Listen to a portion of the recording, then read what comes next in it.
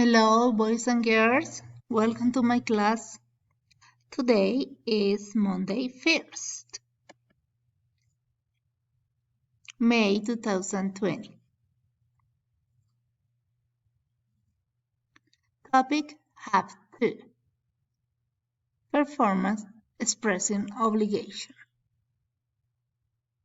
Okay, remember that you can stop here the video and copy in your notebook that.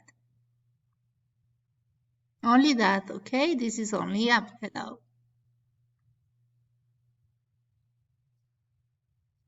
Okay, continue.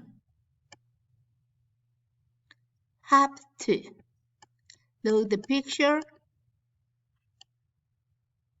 Okay, they are a family and I have to go. Yes, es una obligación ir. Look the face of the father and mother and boy. I have to go. Tenemos que ir. Oh, yo tengo que ir. I have to go. Have to, I have to, se utiliza cuando das una orden o te dan una orden en una forma muy cordial. You have to something, okay? Examples. Okay.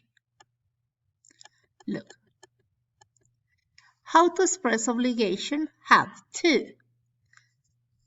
You have to do your homework. Yes, es una obligación. Tiene que hacer. This boy asks, why do I have to make my bed? ¿Por qué tengo que hacer mi cama? Why? And look, the father of the boy. You have to wash the dishes. Es una obligación que lave, hágalo. Como lo vimos en nuestra historia. Tienes que hacer los deberes. Ok. In grammar. Remember. Siempre que vamos a expresar una oración, utilizamos nuestros pronombres personales y en este caso have to, que es una obligación. Personal pronouns, I, you, we, they, he, she, it. Por favor, lo copias en tu cuaderno,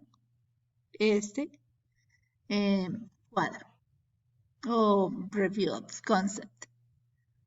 ¿Ok? Utilizamos have, tiene que, este es tiene, have.